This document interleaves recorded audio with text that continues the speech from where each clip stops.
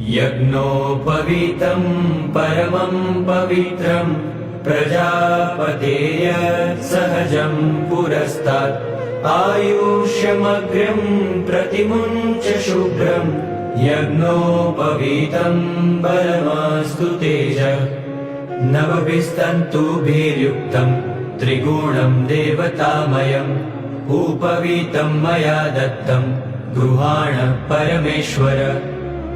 श्री स्वामिनारायण परमात्मने नमः। यज्ञोपवीतं समर्पयामि।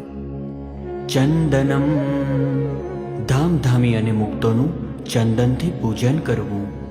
चन्दनं मलयोद्भूतं कस्तूर्यगरुसंयुतं कर्पूरेण च सम्मिश्रं लेपनं स्वीकुरु प्रभु। श्री अक्षर पुरुषोत्तमाय भक्तमंडल सहित